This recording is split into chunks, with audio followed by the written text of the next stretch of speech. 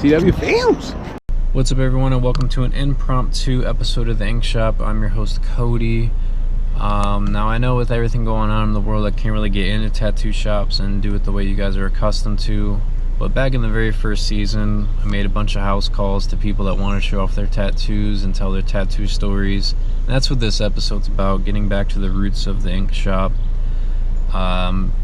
Very excited about the guest today. I know when I talk about The Ink Shop and how it started, Matt Serino is always the first person I say.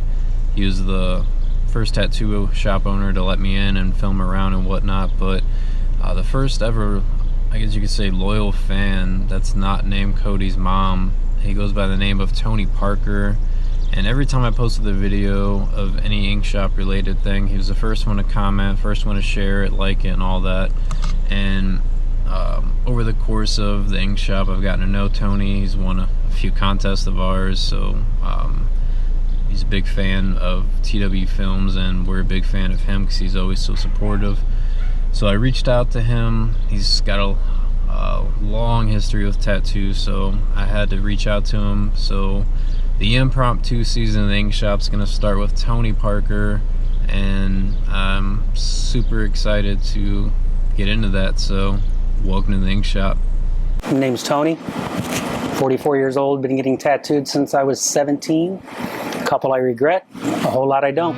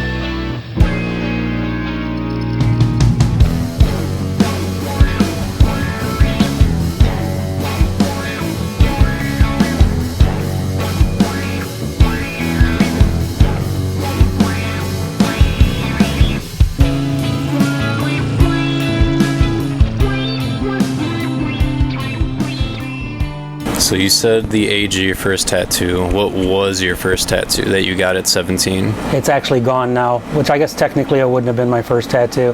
My first tattoo, me and my cousin stole India ink from art class. Sorry, Mr. Kershaw. And did the little stick and poke thing ourselves. Okay. So then I went to Big Ed 26 years ago, and he covered it up with a tiger and warned me that by getting it this big, it was all going to blur together, and within 2 years, it all blurred together, and it's now under a big black raven. Alrighty. What would you say your favorite tattoo is? That's tough. Right now, it would probably have to be the melting popsicle. That's what I because, thought. You know, it was my kid's first tattoo on me. Shout out to Morgan, what's up? And then you said you had some regrets. Which tattoos do you regret? As odd as it sounds, I have covered up 99% of every religious tattoo I got. To each their own. Religion is good for some people. You believe one thing when you're young, you start to change, and you know.